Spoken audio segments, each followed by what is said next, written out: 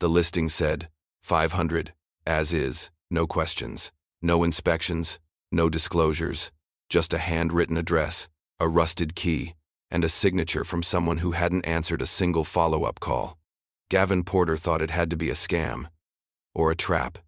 But when the key turned smoothly in the iron gate at the edge of Hawthorne Hill, the lock clicking like it had been waiting, he felt something give way in his chest. A pressure he hadn't realized he'd been carrying. The mansion sat back behind a wall of overgrown trees, 3 stories tall and draped in ivy that clung like fingers. Columns flanked the wraparound porch, the kind of place you only saw in horror movies or oil paintings, depending on the light. But in that moment, with the afternoon sun casting amber across its high windows, it looked more like a promise than a threat. He should have been nervous, but the stillness of the property didn't feel like abandonment. It felt like anticipation. The front door swung open before he even reached it. 6 women stood inside the grand foyer, as if they'd been rehearsing this welcome for weeks. They were barefoot, dressed in soft gowns that looked stitched from memory somewhere between antique and eternal. One stepped forward, tall, with skin the color of honey and eyes that held too many seasons. Her voice was low, slow, and calm. "We've been keeping your bed warm since 1920. The sentence didn't land like a joke. It didn't land like a threat either. It settled into him like a sentence spoken across lifetimes. Gavin didn't know what to say. His heart began beating somewhere near his throat. The woman who'd spoken tilted her head slightly, not waiting for him to answer. The others flanked her quietly, like petals around a center, each one staring not hostile, not inviting, just certain. As though they had been expecting this exact moment, this exact man, and nothing about it was a surprise to them. One of the women stepped forward with a gentle smile. She was older, or maybe just more tired-looking. "You've come far," she said, her tone almost maternal. "You always do." The floor beneath his boots creaked as he stepped inside. The house smelled like old books and lilac. Everything was intact, untouched even. Not dusty, not broken, not vandalized. There were candles lit along the stair rail, a fire crackling in the hearth. He scanned the walls for modern signs, outlets, switches, anything that said someone lived here in this century. There were none. Just gas sconces, wallpaper like pressed flowers, and a stillness that vibrated. "I think there's been a mistake," he said finally. But his voice didn't sound convincing, not even to himself. "I just bought the place." The tall woman smiled again, this time wider. "You didn't buy it, Gavin," she said. "You were chosen." The front door drifted shut behind him, slow and silent. The lock slid into place without anyone touching it. The echo of the door locking behind him didn't sound mechanical. It was softer, almost like a sigh. Gavin turned instinctively, but there was no one there. No breeze, no draft. Just that sound settling in the air like punctuation. The 6 women hadn't moved. They stood as they were calm, composed, as if they had all the time in the world. "Inside," the one with the maternal voice said again, though now it didn't feel like an invitation. It felt like an observation, and as Gavin's boots crossed the threshold into the center of the foyer, the warmth hit him, not physical, but atmospheric, like walking into a memory. He looked around the house, hoping the strangeness was just nerves. The chandelier overhead was lit, not electric, but candlelit, and the flickering glow moved across the marble like it was used to company. The walls bore portraits, each frame gold and ornate, but none with names. The faces were elegant, expressionless, and somehow familiar, like people you dream about but never meet. Gavin's chest tightened. "I don't understand," he said, quieter this time. "Who are you?" The tall woman stepped closer, and he noticed she moved like water, effortless, unhurried, but with weight. "We're caretakers," she said. "And this place, this agreement, it doesn't work without you." Her words felt scripted, like lines she'd repeated dozens of times, maybe hundreds. The woman to her left, shorter and dark-haired, tilted her head and added, "He's earlier than last time." The others murmured faint agreement. Gavin caught that one word last, and suddenly everything felt more dangerous. "Last time?" he asked, but no one answered. They began to move then, one by one, peeling away from the formation like dancers from the center of a stage. Each disappeared into a different corridor or stairwell, their movements soundless. Only the tall one remained, her eyes never leaving Gavin. "There are rules," she said. "They'll reveal themselves, But you mustn't try to force them. That never ends well. She turned before he could speak again, her gown trailing behind her like smoke, and vanished around the corner. He stood alone in the great room, the silence now thick with the weight of things unsaid. The house didn't creak. It breathed. Each flicker of light, each subtle shift in air pressure, felt intentional. Gavin tried his phone. No signal. No Wi-Fi. Just a blinking battery icon and the cold realization that whatever this was, he wasn't getting help anytime soon. He walked to the nearest hallway, peeking into rooms as he passed. Parlors furnished with velvet chairs and untouched books. A dining room with fresh flowers in the center. Not wilted, but vivid. Upstairs, he found bedrooms. 6 of them. 1 for each woman. Each bed made. Each one turned down as if they had just stepped out for a moment and would return before the hour was up. The 7th room had no nameplate. No signs of previous use. Just clean sheets, a worn suitcase sitting at the foot of the bed, and a small card on the pillow. It said, "Welcome home, Gavin." He didn't remember dropping the suitcase. 1 second it was in his hands. The next it was sitting obediently at the foot of the bed like it had been waiting there all along. Gavin stared at the small cream-colored card on the pillow, its script delicate and curved, like something from a wedding invitation. The ink hadn't faded, the paper hadn't yellowed, and yet it felt old, like it belonged to another century. Welcome home, Gavin. Just that. No date, no signature, no explanation. He picked it up carefully, half expecting it to crumble in his fingers. It didn't. Instead, the pillow beneath it gave off the faintest whiff of lavender and cedarwood. Clean. Familiar. He sat on the edge of the bed, running a hand down the embroidered quilt. The room was warm, but not stuffy. The kind of warmth that settles in deep and makes you forget the cold ever existed. Still, something in him bristled. He hadn't packed that suitcase. He didn't even own one like it. But there it was, leather, worn, monogrammed in gold with his initials. GRP Gavin Richard Porter. No denying it. No room for coincidence. He flipped the latches. Inside were clothes. His clothes, but not modern ones. A pressed white shirt with wooden buttons. Slacks that looked handmade. Shoes polished to a shine he'd never bothered to maintain. Everything perfectly folded, perfectly tailored. Even the scent, it smelled like his grandfather's cedar chest. Old, comforting, preserved. He didn't remember owning any of it, yet it all fit.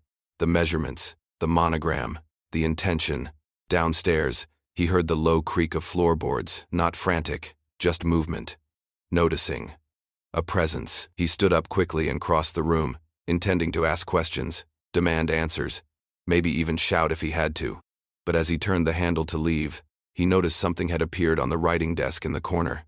A rolled-up scroll sealed in wax, deep red, the kind used on antique letters or official proclamations. Breaking the seal felt strangely personal, like opening a love letter he hadn't been brave enough to send. The parchment inside was thick, and the ink was handwritten. His name was at the top, and beneath it, not a deed but an agreement. In return for safe haven, stewardship, and ongoing companionship, the bearer of this home shall uphold the legacy of warmth, devotion, and presence until the balance is complete. Witnessed by the 6. Dated November 3, 1920. There was a space at the bottom, empty, waiting for a signature, and beside it, a faint imprint. A signature long dried. Gideon R. Porter. He froze. His grandfather's name. His grandfather's full name. And suddenly, the GRP on the suitcase made sense. The clothes weren't his, they were his grandfather's. But why did everything fit him so perfectly? Why did the handwriting look so familiar? A knock at the door broke the silence. 3 slow taps. Then a pause. "You haven't signed it yet," a woman's voice said gently from the hall. He didn't open the door right away. The voice was too calm, too certain, the way someone might sound when asking a loved one to come in from the cold after years away. Gavin stared down at the parchment in his hands, the signature at the bottom etched in the same looping script he'd seen in old family journals. His grandfather's name, plain as day, sitting beside 6 other signatures, no surnames, just first names. Vivienne, Elise, Naomi, Sybil, Clara, June, the same number as the women in the house. 6. Always 6. He opened the door slowly. The woman standing there had raven black hair tied into a loose braid that hung over one shoulder. Her face was soft but unreadable, like a statue carved with care but no clear intention. She held a candle in one hand, and the light from it illuminated her features in a way that made Gavin's heart stutter.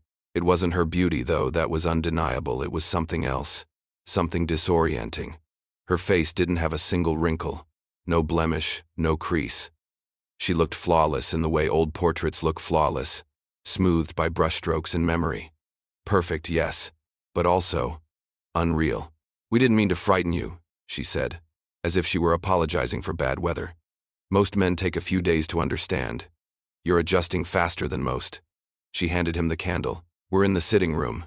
There's something you should see." Gavin followed her down the corridor, unsure why his legs were moving. He should have been asking questions, demanding them, but the more he moved through the house, the more it felt like resistance was slowly being stripped away. The walls were lined with photos, black and white, each one framed in polished wood. He stopped at one, 6 women in front of the mansion, all wearing white. At first he thought it was a trick costume, tribute, reenactment. But then he looked closer.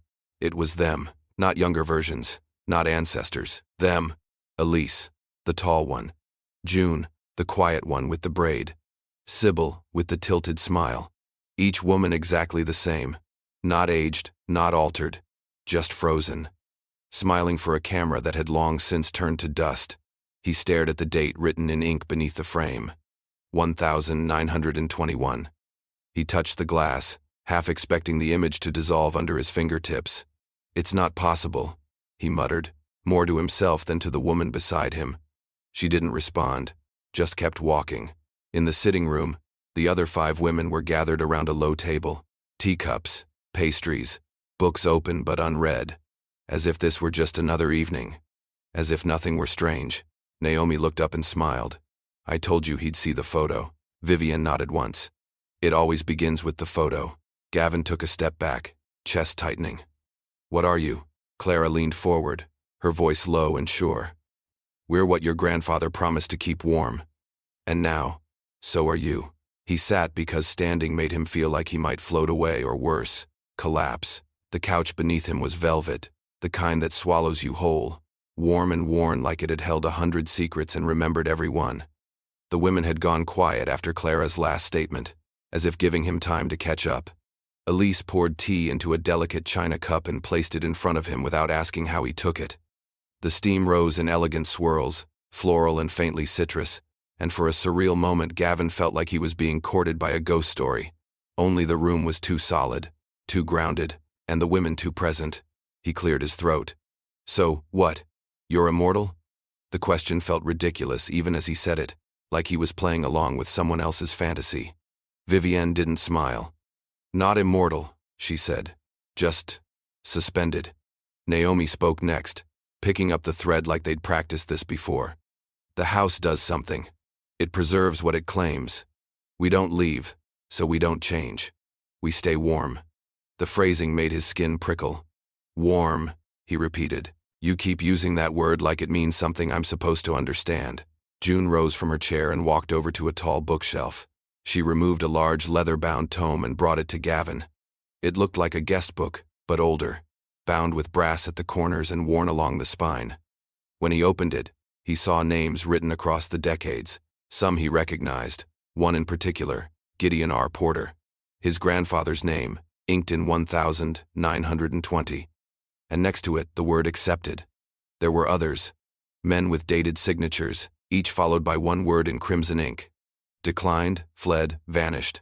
Then another Porter Wallace R. Porter, 1967. That was his uncle. A man no one in the family talked about. Listed with one word beside him. Withdrawn. "What is this?" Gavin whispered, though he already knew. "The agreement," Elise said. "It's older than any of us. Older than the house. We've followed it for over a century. Your bloodline has always been compatible." She leaned forward. "Gideon stayed 23 years. He died peacefully in the East Wing, surrounded by us." Naomi added softly. "He was the first to call it the warm bed." The idea that this place wasn't just about living but belonging. Gavin flipped to the last page. It was blank, but already, in the top left corner, He saw his name begin to etch itself into the paper in looping, invisible ink. Gavin R. Porter. The letters wrote themselves slowly, like the house was recording him. "What happens if I don't accept?" he asked, voice steady despite the chill crawling up his spine. Sybil, who hadn't spoken until now, finally did. Her voice was soft and broken like autumn wind. "Then the house gets cold. We get cold. And cold things. Don't stay gentle." The candle flickered as if the room exhaled. She stood in the far corner of the room, half shadowed by the velvet drapes, arms crossed over her chest like a locked gate. Gavin hadn't noticed her at first. The others had been so warm, so conversational, distracting him with their strange elegance and ritual calm. But now that his eyes had adjusted to the candlelight, he could see her. Sybil. The only one whose eyes hadn't softened. The only one who hadn't sat or poured tea or smiled when he entered. Even now, her lips pressed into a hard line, and her gaze held the kind of intensity that made it difficult to breathe. The other women continued talking, guiding him through rules, expectations, and customs as though they were describing a dinner menu. But Gavin's focus kept drifting to her. Every time she looked at him, it felt like something inside him was being unspooled, not seduced, not charmed, judged. Finally, he had to ask. "She doesn't seem thrilled I'm here." The room fell quiet, as though the walls themselves had been holding their breath. Vivienne turned slightly toward the corner. "Sybil is cautious," she said carefully. "She's seen more than most. Lost more than most," Naomi added. "She was the first." A pause. "Before even your grandfather," Gavin blinked. "She's that old, she's that loyal," June said. Sybil stepped forward then, slow and deliberate. She moved like someone accustomed to battlefields, not parlors. Every gesture economical, controlled. The light caught her features now angular, sharp, not unkind, but shaped by something more than time. Suffering, maybe, or bitterness. "I've watched this house welcome liars," she said flatly. "Dreamers. Cowards. Your bloodline isn't exempt." Her voice was deeper than the others, not aged, but grounded. Gavin felt it in his chest. "Gideon was different," she continued. "He stayed. He cared. Wallace didn't." The way she said his uncle's name sent a tremor through the room. "Did he hurt you?" Gavin asked, his tone more gentle than he expected. Sybil didn't answer right away. Her eyes didn't move. "He broke promises he didn't understand," she said finally. "He thought warmth was affection, that this house was just a romantic fairy tale. He didn't understand what it cost to keep this place alive." She stopped just a few feet from Gavin now. "Do you?" Gavin swallowed hard. "I don't even understand what it is yet." "Good," Sybil said. "That means you're still honest." The tension lingered even after she stepped away.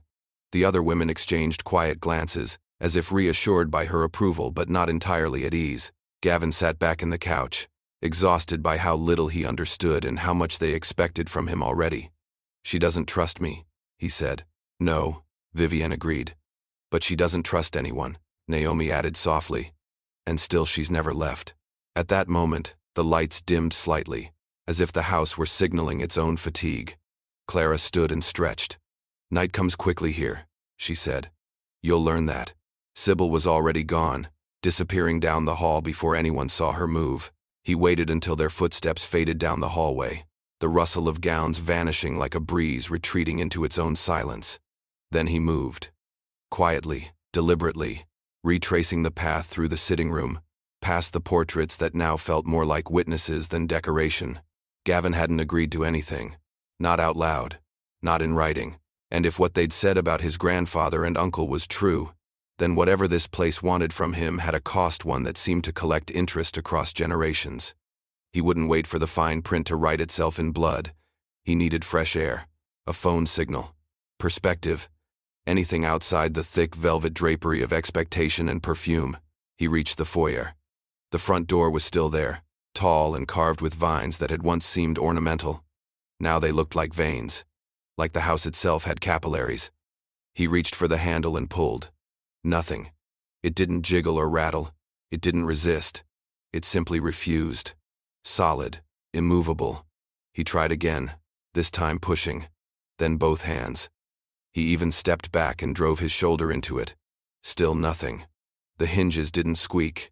The frame didn't flex. It was like the door had become part of the wall itself, sealed by decision, not by mechanics. He turned and ran to the windows.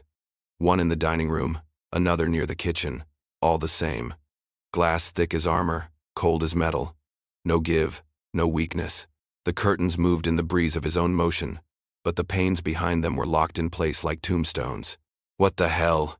he muttered, running a hand through his hair. "You're not the first to try," said a voice behind him. He spun. June stood there in a linen robe, arms folded loosely, barefoot. Her eyes were sympathetic. "It's the house," she said, not unkindly. "It senses uncertainty. It responds." "To what?" he asked, louder than he meant. "Fear? To absence," she said simply. "To withdrawal. It doesn't like when someone wants to leave before they've stayed." She stepped closer, not menacing, just there. "You think this place keeps us trapped? It doesn't. It keeps us whole." "I didn't agree to anything," Gavin said. "I didn't sign that paper. I didn't promise you anything." June nodded. "Neither did your grandfather. Not at first. The house doesn't need signatures. It needs presence. Intent. You came here, Gavin. You crossed the threshold willingly. That's all it ever requires to begin." He stepped back, chest tight. "So what, you're just okay with this? You live in a place that locks people inside and you call it love?" Her smile was sad. "We all came here for something. Solace, escape, healing. In time, we stayed for reasons we never expected. But none of us were dragged here." The air in the room thickened. Not hotter, just heavier, like breath pressing back. Above them, the chandelier flickered once, then steadied. The house wasn't waiting for his decision anymore. It had made its own. The house didn't sleep. Even when the candles burned low and the footsteps faded, the walls pulsed with presence. Gavin lay in the bed that was supposedly his, staring at the carved ceiling, trying not to think about the warmth of the sheets or the softness of the pillow. Everything in this room had been prepared for him, not just decorated, but tailored. The clothes in the wardrobe fit. The initials on the linen matched.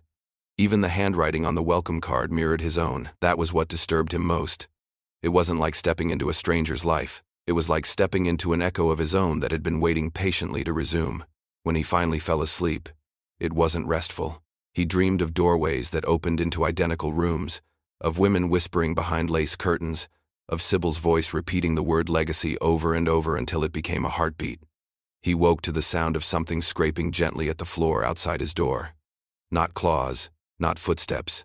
Something deliberate, rhythmic, a presence pacing the hallway, dragging memory behind it like a veil. He sat up. The door opened before he touched it. Clara stood there, robe cinched tight, her hair down in long waves. "We're ready to tell you," she said. "Tell me what? What the house wants from you." The others were already gathered in the conservatory, a sunlit room despite the fact that Gavin hadn't seen the sun since the door locked itself. The air smelled of jasmine and rosemary, and the floor tiles were warm underfoot. 6 chairs, 6 women. 1 empty seat, waiting. Gavin hesitated before sitting. Vivienne began. "This place exists outside of time in a way. Not in the science fiction sense. In the way a memory does. It's always present. Always warm if someone chooses to hold it." Naomi continued. "That warmth is what sustains us. But it isn't free. Someone must anchor it. Someone must live here. Love here. Stay." June nodded. Gideon did. For decades. When he passed, the house began to dim. Wallace came later. He lasted only months. The house grew cold. Things started fading. Gavin's stomach turned. "You're saying this house is alive?" "Not alive," said Sybil from her corner. "Aware." He looked at each of them. "So you're not prisoners. You're caretakers. And in return," said Elise, "we remain as we are. Preserved. Protected. Fed by connection. Shared presence. Shared warmth." Clara's voice was quiet. "You don't have to love all of us. But you have to stay. You have to be with us. The house is bound to companionship. To memory. To closeness." Gavin looked around the room, each woman watching him not with desperation, but with hope. This wasn't a cult. It wasn't even seduction. It was a contract born from loneliness and stitched together by time. "But why me?" he asked. Vivienne answered with calm certainty. "Because your blood has always made this place feel alive." And Sybil, finally her voice edged with something deeper, added, And because we're tired of keeping your bed warm for ghosts. The warmth of the house had changed. It was no longer comforting. It pressed down on him now, like a thick blanket that wouldn't lift, that didn't let him breathe the way he used to. Gavin stood at the edge of the conservatory long after the women left, long after their voices faded back into the shadowy rhythm of the halls. They had told him the truth or enough of it to make the rest unavoidable. The house was not cursed, not haunted. It was hungry, not for flesh, not even for souls. It needed something more ancient and subtle, belonging, and someone had to feed it. That someone, whether by chance or bloodline, was always going to be him. He walked the corridors slowly, brushing his fingers along the wallpaper, the wood paneling, the candle holders nailed to walls that remembered the touch of others. He passed old photos again, only now he noticed something chilling. One of the newer frames, dated only 10 years ago, bore his Uncle Wallace's face. It was faded, like a photograph left in sunlight too long. His eyes, once sharp, had gone soft. And beneath it, someone had carved a single word into the wooden frame. Forgotten. That was the risk. If he stayed, he would be preserved, loved, maybe, warm. But the warmth had a price. It insulated. It softened edges. Over time, he wouldn't just remain here. He would dissolve. And if he left, if he tried, they'd grow cold again. Worse, they'd let him go, and the house would remember the fracture. That's what had happened to Wallace. He hadn't been punished. He had simply been erased. He climbed the stairs slowly, past the 6 rooms that still pulsed with quiet feminine energy, beds turned down, candlelight flickering through lace-curtained windows. In some, he caught glimpses. Elise brushing her long hair. Naomi curled up with a book older than his father. June humming to herself as she arranged fresh lavender on her nightstand. They lived as if time didn't touch them. Maybe it didn't. Not here. At the end of the hall, his door was open, the quilt smoothed, the fire stoked, and on the pillow, another card. It doesn't have to be forever. Just long enough to be remembered. He sat down, the mattress sighing beneath his weight. Across from him, Sybil stood in the doorway, arms folded, her expression unreadable. "You still don't trust me," he said. "No," she replied. "But I want to." Gavin nodded slowly. "And if I say yes, then we begin," she said. "But not all at once. Not with your body, with your presence, with your decision to stay, not out of fear, but choice." He looked at the fireplace, the suitcase, the portraits that lined the mantel. Then he whispered, "I'm not ready." To his surprise, she smiled, only slightly, the smallest curl of the lip. That's the only honest answer this house respects. And behind her, the hall seemed to exhale again, not with demand, with permission.